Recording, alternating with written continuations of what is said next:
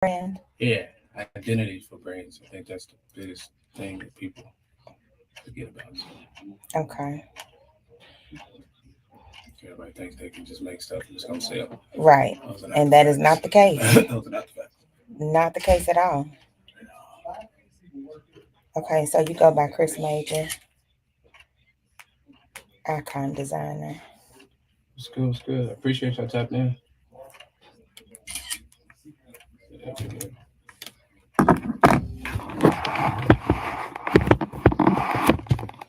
David, come on in here because you playing around. Ain't nobody got time for this. He's in the middle of a conversation. What am I supposed to do? Just kicking the door. You see what I'm saying? Man, come in with manners. You don't get no love. What's up, bro? Come on in and have a seat. I'm coming back. You the one in the whole conversation on the phone. Don't do it. Sit down. Let's see right here. Yes. You see any other places too? Well, you You know I gotta give you a hard time, babe. Thank you, Lord, for allowing us to remember those who are struggling. And this is the gospel side, so you can't be cussing. Or even interpersonal issues. I think that's Okay, good. This is a whole nother audience, and they be calling in too. Amen. No, amen. Can't stand you. And how your mercies continue to just pour out on us. We're thankful. And so you are a full-time entrepreneur too. You work completely for yourself. Okay. So I'm gonna talk about the struggles too. Ask y'all what y'all go through being an entrepreneur. Because that's kind of the premise of the show. Just businesses. Yeah. Enjoy this. Let's enjoy this fellowship and this family gathering and celebration for these 13 years that God has brought us this far by faith. Let's remember to go to the church of your choice tomorrow. Do not be the bedside Baptist warrior. Not the bedside Baptist warrior. Just continue to pray for us over and over. In Jesus' name, Amen. Bedside. That's the best church. Bedside.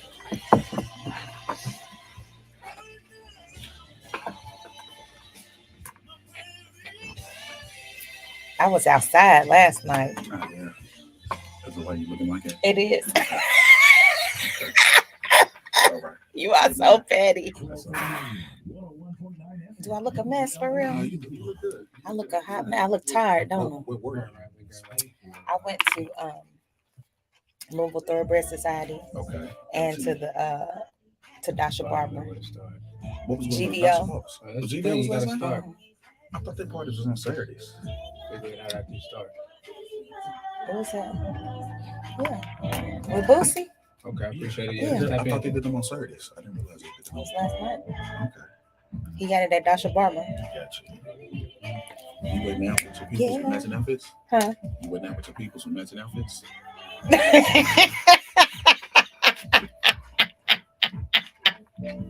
Amen. Hello. Welcome back to another episode of Amped Up. I am your host, Erica Denise, and I'm excited to be in the building once more and again. Listen, last week it was dreary and raining, and this week it's the same thing. What's happening here, Dave? I'm not sure. You're not sure? I did not. Like, this is crazy. The weather has been a disaster. I don't like these headphones. This weather has been a disaster lately. Do you need these headphones? You don't really need them, for real. All right, cool. Can you hear me without them? I can't. I mean, I don't know how this works. I thought, I thought I needed the phone. Headphones, I watch too much TV. So the headphones are if somebody calls in, then you can hear them through the headphones. Thank you for the heads up. That'd be actually crazy. Like, but how she can hear with headphones on? Yeah, okay. All right, I see what you did. All right, we starting off with the foolishness. Okay. With complete foolishness. Already. But no, listen, the weather though has been kind of trippy for it to be like it was mid-June and it was still kind of cold outside. You know, it did not get warm. I it just still put up hasn't some been hoodies warm. and jeans yesterday. Yeah. That's crazy. I think it's the end of the world. What do you think? I don't think that. I just think this is Louisville. So it's just Louisville. That Louisville with bipolar weather. Very much so. Snow one day and right 78 the next. So, exactly. It's crazy. It's crazy. So listen, I'm amped up today because we have the first annual Alberta O. Jones Park Day going on today from 10 to 2 o'clock. Today is July the 8th, right? It is. Yes. So Dave Christopher sent me that information and wanted me to report that. So please come out to the first. Well, you can't really say first annual. The inaugural. Dave Christopher, you knew better than to say first annual. He got me saying first annual. Just correct it. Don't blast just correct it. Yeah. The inaugural Alberta O. Jones Park Day is today at from 10 to 2 o'clock. Do we know where that is? We don't know where that is. Is that the name of the park? Yeah. I've never heard of that. Yeah, I've lived there all my life. I've never heard of it. I've never heard of it before. But if you know where it is, then you should go between 10 and 2. Maybe. Dave, if you listening, how about you call in the show, Dave, and let us know where this is. Okay.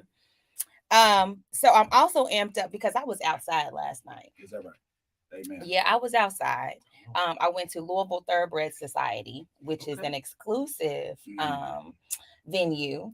You have to have a membership, right? Do you have one? I do not. Okay. But I went in on somebody's pass. Is that right? So whose pass? Well, listen. Okay. Somebody's calling. I think that Dave calling in. So yeah, I got in with my friend's pass. And the memberships are really outrageous. So I don't think I'm gonna ever pay for one. We got dressed alike? No. Matching. You are so petty. You are so yes, you are petty. I cannot. You made me lose my train of thought. You was outside last night. I was outside. I went to LTS. I was not in matching outfits. I went to LTS, and then after that, I went to my friend's house party. Monica, my friend Monica. Shout out to Monica. Yes, shout out to Monica. She's the principal at W.E.B. Du Bois. Shout out to Black Education. That's right. That's right. You know, okay. Now he's Miss Monica. Now I feel old. You a baby, ain't you? How old are you? You are 33. Oh, okay. Yeah. Wait. Yeah, you he can still call her Miss. You can still call Miss. Yeah. I went to Iroquois Middle. So. Really? Yeah, before they changed it over. Wow. Oh my goodness. Good house party. It was a good house party. And then I left there and I went to Dasha Barber for grown folks only. You were definitely in the streets last night. I was outside. Okay. I was outside. But you know what? See, now that I'm old, you know, I can't do that a lot. Like I don't want to go out anymore for another 6 months. Yeah. Like you got it all in last night. I did. It takes a while to bounce back. For real. Like the bounce back is not the same. I did. But when I was like in my 20s, I could go out every night and be gone till 2, 3 o'clock in the morning. Now it's Golden Girl reruns. Listen. Listen, I almost called in today and said, I'm not going to make it. Well, I'm glad you didn't. For real. I'm glad you're here. Because the headache is real. The show, you have a lot of downtime after this, I would imagine. I do. So I'm gonna go home and actually I'm excited because I get to pick up a crab boil from my my cousin. Somebody was calling in and you wasn't even there to answer the phone. See what happens? Stay putting the person on front street. Jeez. If you are listening and you were calling, call back and somebody will answer the phone. They're on their post now. Jeez, gotta be tight there.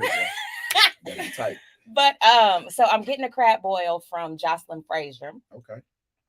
Chef Jocelyn. That's right. She you know her? I've heard of her. Yeah. So she actually moved from here to Alabama. So she's coming back this weekend just to cook. That's right. Yeah. So I'm finally gonna get to taste it. Too late to order? How do we get in contact? You know what? I'll ask her. Figure it out. I love supporting. I will. But listen, her food is amazing. Okay. Yes. Okay. And then she gets on social media and she shows all these videos and stuff of her cooking it. And I'm like, my mouth just waters. Good flavor. Yeah, good flavor. Mm-hmm. Okay. Yeah. Big shrimp. Yeah. Big shrimp. Big shrimp. Okay. She do lobster. Yes, lobster, crab, all the things. Okay. And she makes this butter sauce. Okay. Yes, I'm picking that up today we need at the 2:30. Details on how to get with her. Absolutely. If it's not too late. Okay. I'll get that information, and I don't have it now. All right, we have a caller. ma'am. How you doing this morning, this afternoon?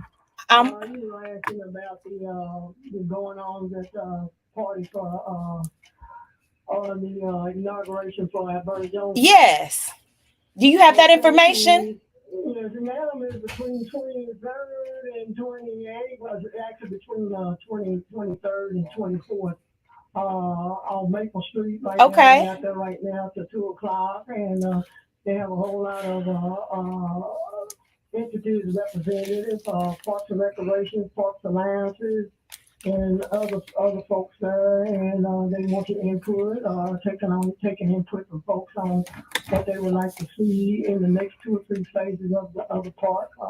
It's real nice affair going on, and I think they feed you too. So Okay. going on right now to 2 o'clock. Thank you for the information. You said it's between. Moving through right now.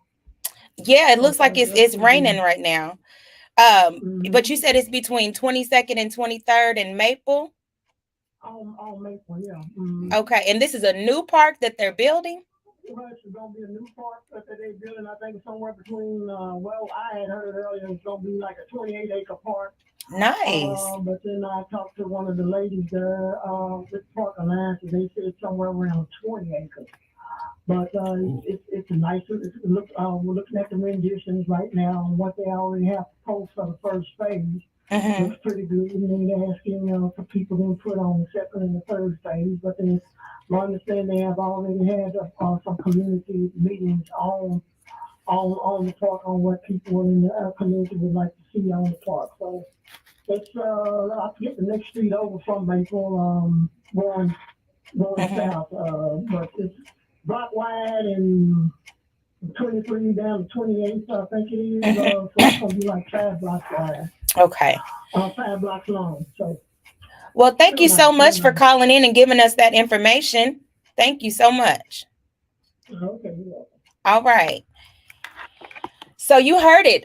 Go on out and support that endeavor. It's on 22nd and between 22nd and 23rd in Maple, right? Or on Maple between 22nd and 23rd. And he said you're gonna get fed and all of the things. I had no idea that they were building a new park. That's dope. That's dope. We need more green space. We do need more green space. Yes. So you all, the voices that you are hearing right now is the voice of Mr. David Duncan and Mr. Chris Major. So let's start with Chris first, okay? So you are the owner of Icon Designer, and you want to talk about branding, your future fashion collections, and entrepreneurship, right? So before we start talking, what school did you go to? High school. High school. Western. Western, okay. And you Iroquois too. You were saying that earlier. Iroquois Middle, yeah. Iroquois Middle, yeah, okay. Before they changed it over to the boy, yeah, for sure. Okay, Western High School. All right, and so you are a full-time entrepreneur, yes? Yeah, full-time. Okay, so how did you get into designing clothes? And this outfit is fly. I love it. I love the fuchsia. I appreciate it so much. Yeah. So how did you get into designing clothes? To be honest, it was an idea of my daughter. She drew a bunch of eyes on the wall in our room. She drew a bunch of them, different colors, as tall as she could draw them. And then I had to figure out what it meant. And that's basically what came from it. It's the clothing line.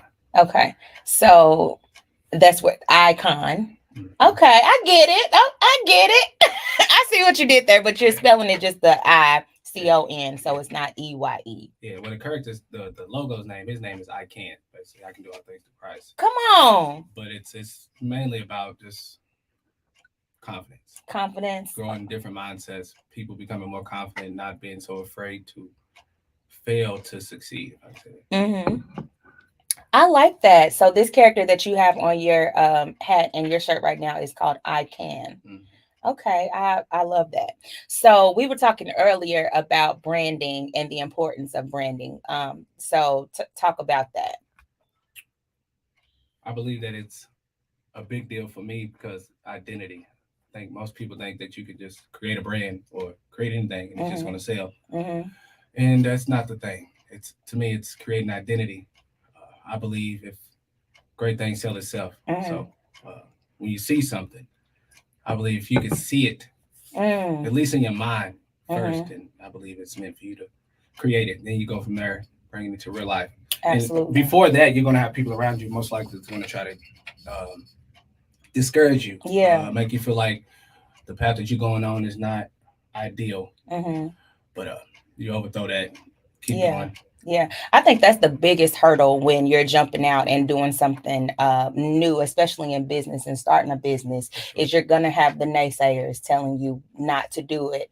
But I think you need those people. Mm-hmm. You know what I mean? You need those people that doubt and Yes. don't believe that it's possible. Yeah, use that as motivation to push through. So, what has been some of the struggles as an entrepreneur and as a designer that you've gone through, that you've had to push through and overcome? Year one, probably lost like 30 grand worth of clothes. Ooh, talk about that. Man, how did that happen? Crazy. The first flight out to Orlando. Yeah, I'm not gonna say the airlines. Mm-hmm. They lost my whole entire collection. Are you serious? Of course, I was insured, so I was able to reimburse them. They was able to reimburse me. Oh, that's good. But yeah, they lost my whole entire summer collection. I went out to Orlando to sell for the summer. It did not make it there. The only thing that made it there was me. What? It was ridiculous. I was very upset. And then I kind of, like I said, I moved on from that situation. And then not too long after that, they broke into my storage. What? Yeah, I had just bought mannequins and all kind of stuff. It was ridiculous. Gone. Yeah. Oh my God. Yeah, I think that was the moment when I knew I really wanted to do it though. Yeah. I felt like something was trying to push me from doing it. Yeah. And I was like, no weapon formed against me. So. Come on, no weapon. Because listen, somebody would have gave up. Like, okay. Oh yeah. My collection is gone. Oh yeah. Somebody done broke into my storage unit, took all of my stuff. All right, I'm tapped out. I'm done. Man, but I knew that was the moment. Yeah.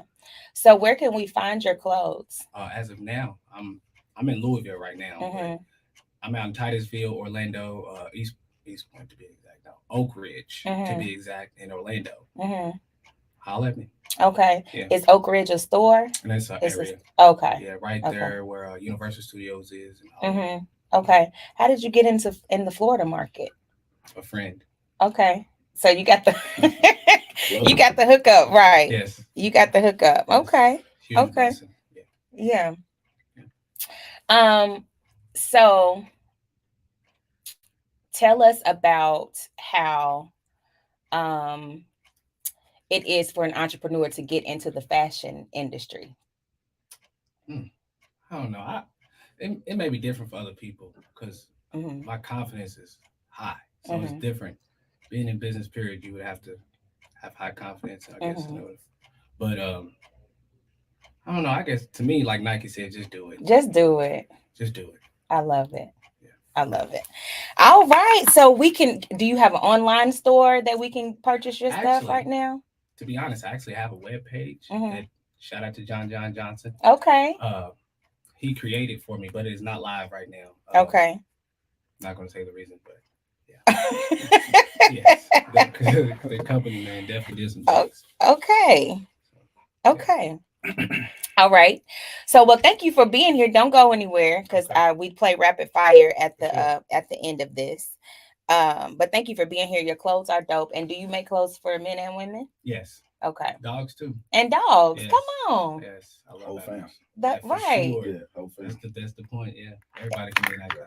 Everybody can be an icon. For sure. I love the meaning behind the name. And just big ups to you and keep doing it. Keep going. Keep going. All right. We got Mr. David Duncan in the building.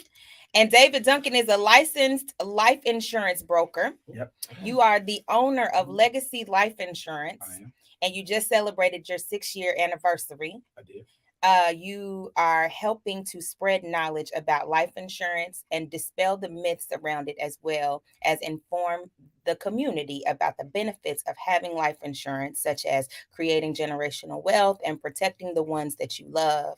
And you want to help to create a legacy for your loved ones with Legacy Life Insurance. Yes, ma'am. And welcome back to the show. You were here the first summer. Yeah, was it last summer? Last year. Last year. Yeah. Yes. Brother Atkins and I. Yes. So how did you get into life insurance? That is a good question. So I was a corporate trainer for a lot of years. Put your mic down a little Okay. I was a corporate trainer for many years, and that situation came to an end in 2017. Mm-hmm. And so I was at a fork in the road as far as like career path.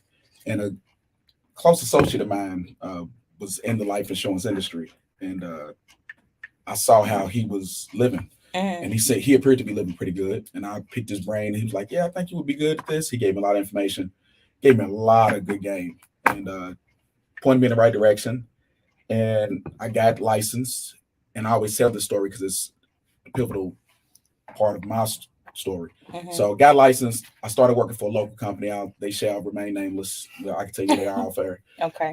Started working with them for might have did like 3 weeks with them. And they told me not to sell any life insurance policies in the West End. So oftentimes when you get in when there's a black face in a corporate setting, they feel like they can kind of say whatever they want to say to you, and you're not going to push back. So I soaked that information in. And so they said, don't sell any policies in the West End. So as we all know, the West End is probably 99.8% black. Yeah. So they can't come out and say don't sell any policies to black people, but they can code that language and say don't sell any policies in the West End. So went home. Why though? So here's the story behind that. Here's at least the thoughts behind it. So insurance agents make money when the consumer pays. So when I sign you up, when you get approved and you pay, I get paid. Yeah. So that first year is essentially an advance from the insurance company. So the insurance company hasn't made any money yet. So they're banking on obviously you recouping the money, you continuing to pay. Yeah. So if you stop paying, the agent has to pay that money back. So the logic Wait is a minute, really? Yeah, I mean that's how it works. Yeah. So it's an advance. So wow. So year one, it's a grind, right? So the logic is if I sign Miss Erica up and she doesn't pay, I got to repay that money back. So the code and language is black people don't pay their bills, right? So they told me, don't sell any policies in the West End. They didn't sit well with me, so I stayed about 2 or 3 weeks and I left. And I had the encouragement from my inner circle, wife, close friends, brothers. And they encouraged me to just do your own thing. And so the original guy that kind of gave me a lot of this information, that's what actually he did. He's a broker, which what that means is, so I don't sell just for one company. I sell for a multitude of companies. So if I present a client to a company and they get rejected, because we can get into that a little later, sometimes you get rejected. That doesn't end. That's not the end of the process for me. I can match them with another company. So that's the difference between being just an agent versus a broker. So I'm not tethered to one particular company. Okay. So I called you recently to get life insurance for myself because now I'm a full-time entrepreneur. And so I thank you. And so I told you that I was shopping around too, and I think you should do your due diligence and find out. Whatever the product is, you should always As my brother Vic will say, compare apples to apples. Exactly. Yes. Exactly. And so I did call the insurance company that I'm with, that I have my car insurance, my house insurance, all my other insurance through, to see if they could bundle it and get me a deal or whatever. And so he did tell me a price, but he said I had to get a physical and all of that. And then you told me I did not have to do that. Correct. So why do I have to get a physical with them and not with you? So every company operates differently. And I was going to ask you about that offline. Like, why didn't I hear back? We'll talk about that later.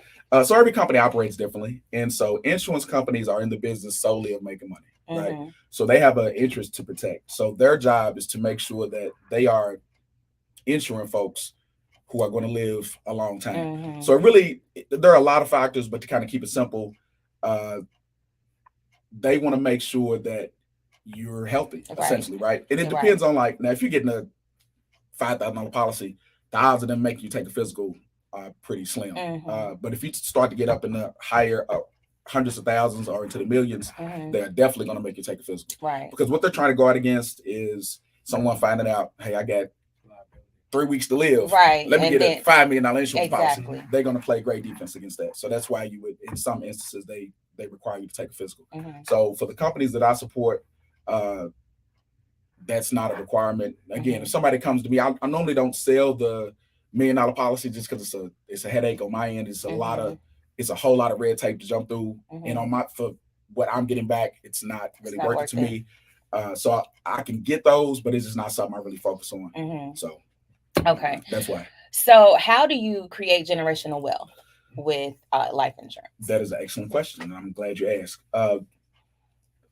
The awareness around doing things differently from how our parents did it is at an all-time high right now, and I like it. And I know some people don't like the term generational wealth; they feel like it gets overused, but it's relevant. Right. So when you look at like a chart of ways to generate wealth, you can't build a substantial portfolio without having life insurance in that equation someplace. So I always use the story Master P. We've heard of the rapper Master P. And you know, the story goes, and this is how he tells the story. His grandfather passed away, left him a inheritance, and I believe it was 10,000. Again, you know, the story's been told a million times, but the way I understand it to be, his grandfather left him $10,000. He flipped that 10,000 into 300 million. Wow. Now, is everybody gonna take that 10 grand and turn it into 300 million? Probably not. But the fact that his grandfather had sense enough to like, hey, let me give him something, right? Let me give him something to start with.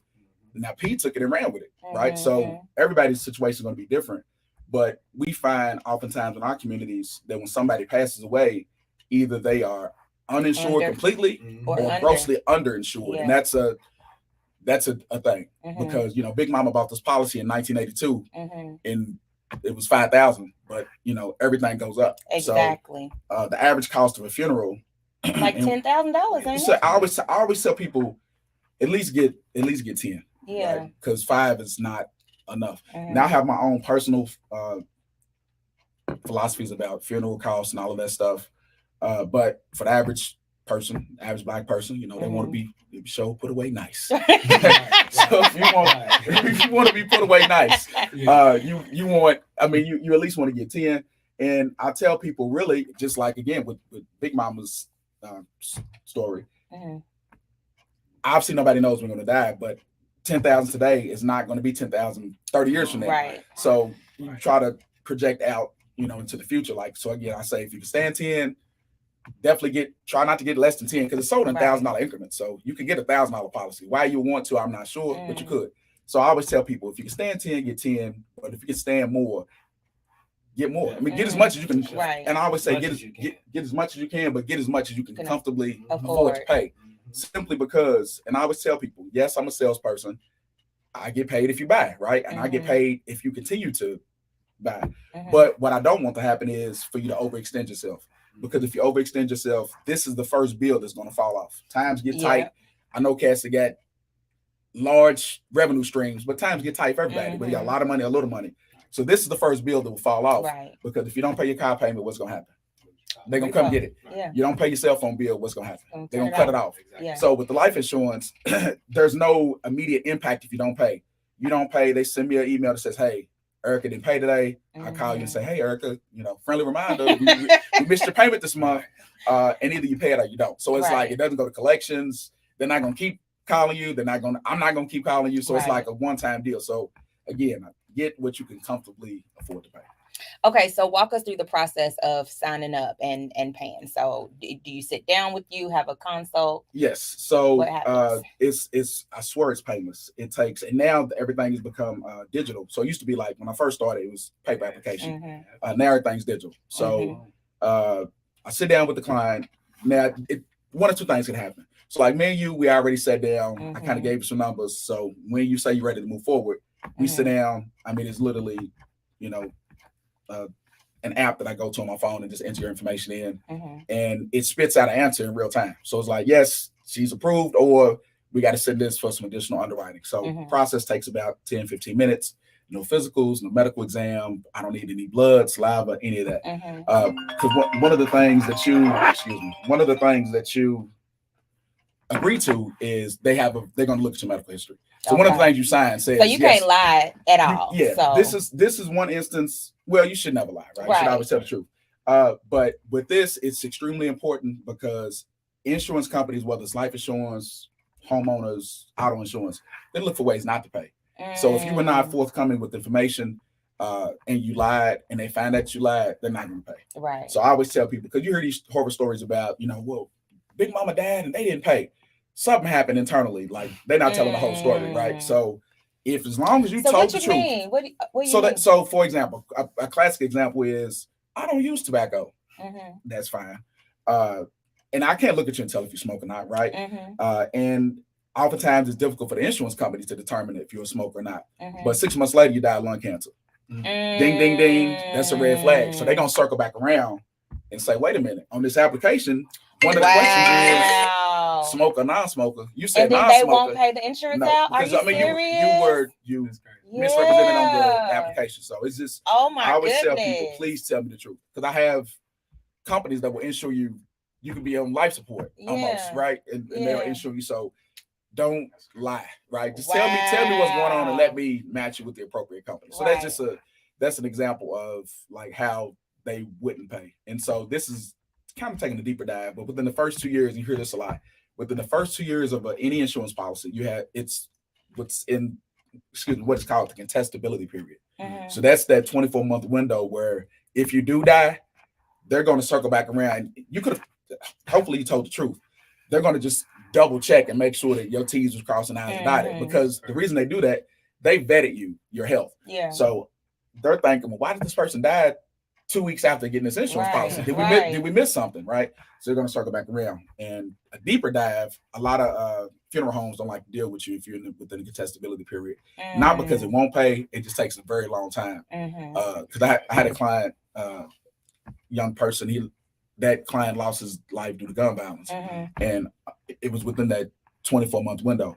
So I was, aided mom and trying to match her with funeral homes. And even though his policy was active, couple of our local established funeral homes did not want to accept that policy. Although it was active, but it was in that 24-month contestability period, and it's going to pay. It just takes longer to get paid, and a lot of funeral homes don't want to deal with it. So that's important to keep up in your head. Like, where am I in my contestability period? Because after the 24 months, it's golden. So I mean, it will pay within 24 months. So if I insure you today, your policy starts when they get their money. So let's say your policy takes effect August 1st, right? That's when they get their money. If you died August 2nd, as long as you told the truth on the application, they have to pay it. I mean, it's about law, but it's going to be a slow pay. Right. So for people that have young men out here in the streets, mothers, can they take insurance, or fathers, can they take insurance out on like a nephew or a child or something? That is a good question. The answer is yes. So you have to have, essentially there's some lingo within the industry. You basically have to, I can't insure him. I don't know him, right? So I don't really, and this is going to sound harsh, I don't really have a vested interest in him staying alive, right? So you have to have an interest in this person staying alive to prevent me from taking out a $5 million policy on him and then have somebody run him over with a car, right? And that's what happened to Sweetie Pies. That guy Tim. That he got his allegedly had his nephew set up for the insurance money. That was a crazy story. That's crazy. And I think he's in prison now. He is in prison now. That is a crazy story. But so typically, when you insure a loved one, you don't want to see them pass away. But obviously we all got to go. So it's just, you want to make sure that there's something in place so we don't got to do the fish dinner funerals or the GoFundMe funerals. People think I talk about that all the time on social, like, 2 minutes. The GoFundMe funerals, it would have to be an extreme set of circumstances before I personally would donate to a GoFundMe funeral, simply because the cost of getting insurance is very, very affordable. I don't say cheap, because we only got 2 minutes. What is the price range, and does it matter like with age? Yes, does it go good up? question. So there are a few factors that are involved. Your gender is a factor. It's always more affordable for women than men, because on average men tend to die quicker than women. And that's a whole nother that's a show within itself. Believe it or not, race does not play. People always think, well, it's more expensive for Black people. It's not. There's some stuff cooked into the process that there's some systematic racism built in, but that your actual race does not factor in directly. Your health, obviously, your age, whether you use nicotine, that's a big one. Your weight. So a lot of the things that can either, if it's going to speed up your death, it's going to be more money. It's kind of the short version. Okay. So how can people get in touch with you? On Facebook, David Duncan. You can send me a message on Messenger. Okay. I'm pretty easy to find. Yeah, pretty easy to and find. you're at Joe's Palm Room I'm as at well. the Palm Room daily. Yeah. I cook at the Palm. Shout out to the Palm Room family. Shout out. Yeah. Very, very accessible. All right. Thank you so much for being here. Real quick, let's play rapid fire. Absolutely. Don't think too hard about it. Say the first thing that comes to your mind. Both Who's of you. going first? Chris. Okay. Who is your hero? Mom. Same question, Dave. Quick. Rita, my mama. Your mama. If you could go anywhere in the world, where would you go, Chris? Heaven. Come on. Yeah. Hey, where would you go? And we got life insurance. Right. He's ready to go. He's ready. To the upper room. Egypt. I'm going to Egypt. He's at the upper room. Okay. And if you could be anybody in the world, who would you be? Myself. All right. Dave Duncan. All right. Good answers. We'll be back next week. Same time, same station. Nice to Bye. All right. Yeah. Good. You got merch on you?